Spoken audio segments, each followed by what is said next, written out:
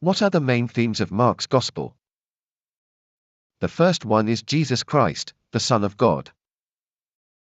The Gospel of Mark starts by saying this is the beginning of the good news of Jesus Christ.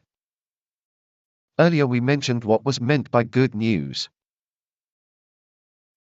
Right at the beginning of this Gospel, we have the focus of that good news.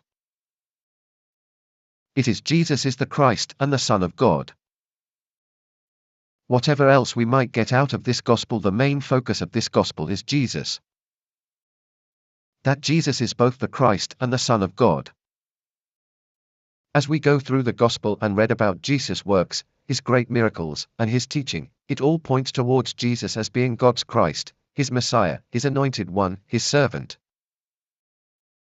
In fact, as mentioned earlier, the whole structure of Mark is set around the declaration that Jesus is God's Messiah.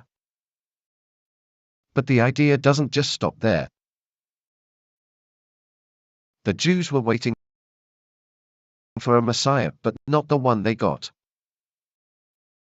They were hoping for a messianic figure to come and rescue them from their woes. But the woes from which they were freed were not the ones from which they wanted to be saved. They were saved from their sin. Not from the Romans. They were delivered of the oppression of iniquity. Not from the oppression of Caesar. And the one person capable of really setting them free was the Son of God.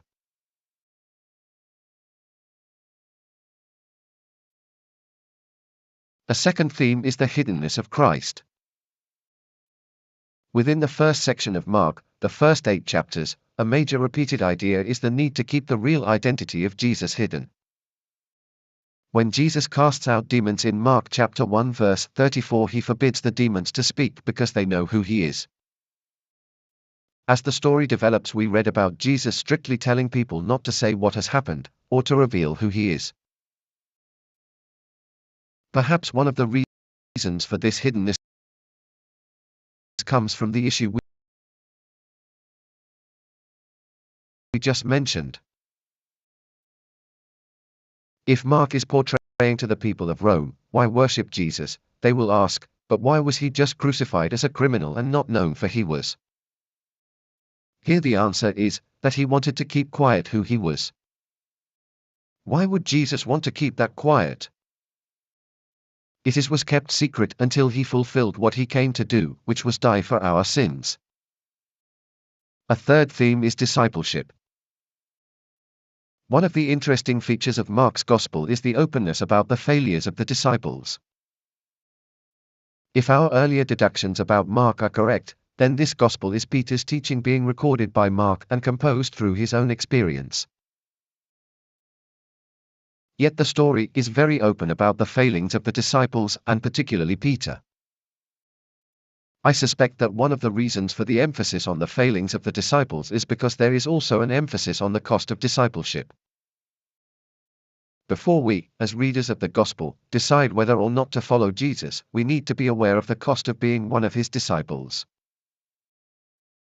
We will fail, like Jesus' disciples, but there is grace for us, just as there was grace for Jesus' disciples.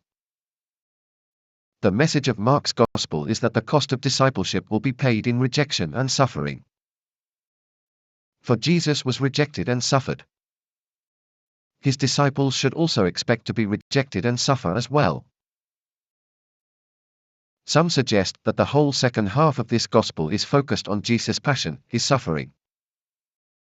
This is particularly relevant for Mark's readers who were probably facing a persecution from the Roman authorities.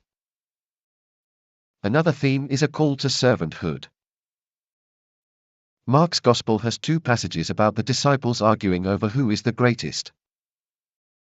First in chapter 9 verse 33, then the request of James and John's mother in chapter 10 verse 35. This is also seen in things like the way the woman in chapter 14 verses 3 to 9 serves Jesus, as well as the failure of the disciples to serve Jesus in his time on need in Gethsemane.